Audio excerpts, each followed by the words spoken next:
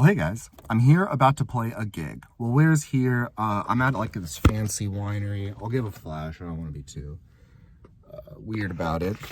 Very nice place. And as we were driving in, I passed one of the wineries that, like, right by the field, they had a rainbow flag and Black Lives Matter, which, you know, when it's something in an area where people are so rich and there's not like random foot traffic, and if you are rich enough to like have a stake in the area, it probably doesn't matter as much like the other ways you might be discriminated that way. So it's just like the epitome of like lib posturing, right? Or like lib hypocrisy.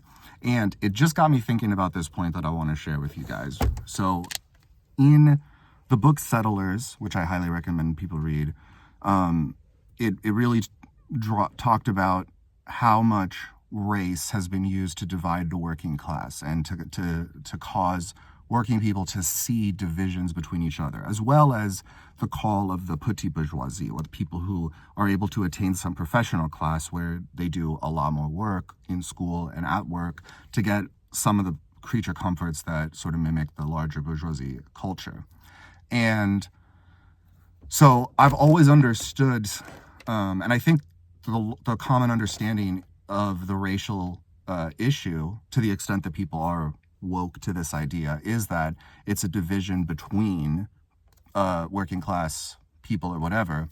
But one thing that really struck me today is how much the right wing talking points that try to destabilize essentially the minds of people who fall victim to them, and the fact that right-winger stuff is often so hateful, but also so like obviously wrong and incorrect factually, that it creates an easy scapegoat to have like a legitimate grievance with people who otherwise are closer to your class than to the elite class in the first place, right? Like, you're closer to being a millionaire is closer to being destitute than they are to being a billionaire.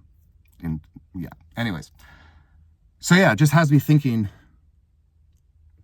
an additional division that's, I think, just very significant to ponder, especially if you, like me, were born, or at least mostly, into this this petit bourgeoisie attempt, and there's a lot of reason.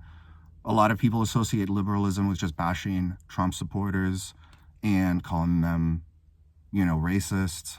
And some of them are super racist, and the rest of it is systemic. But the extent to which the talking points are incorrect, it's not just to sow the discord amongst the working class of different races. It strikes me today that it's also to create a legitimate grievance, playing off one of the strongest emotions that we can feel as humans: disgust at contemplable ideas, disgust at obviously wrong, hateful ideas. And that disgust is often powerful enough to override our empathy for other people. It can lead to contempt. And that is a way that the petit bourgeoisie remain motivated to not engage with other types of working class people or support things that are as good for the large majority of working class people, because of that feeling, which can be caked in a different ideology. But what is it really about?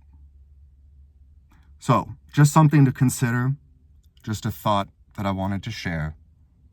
Feel free to leave yours in the comments below. And I gotta get ready for this gig, so I'll see you in the next one.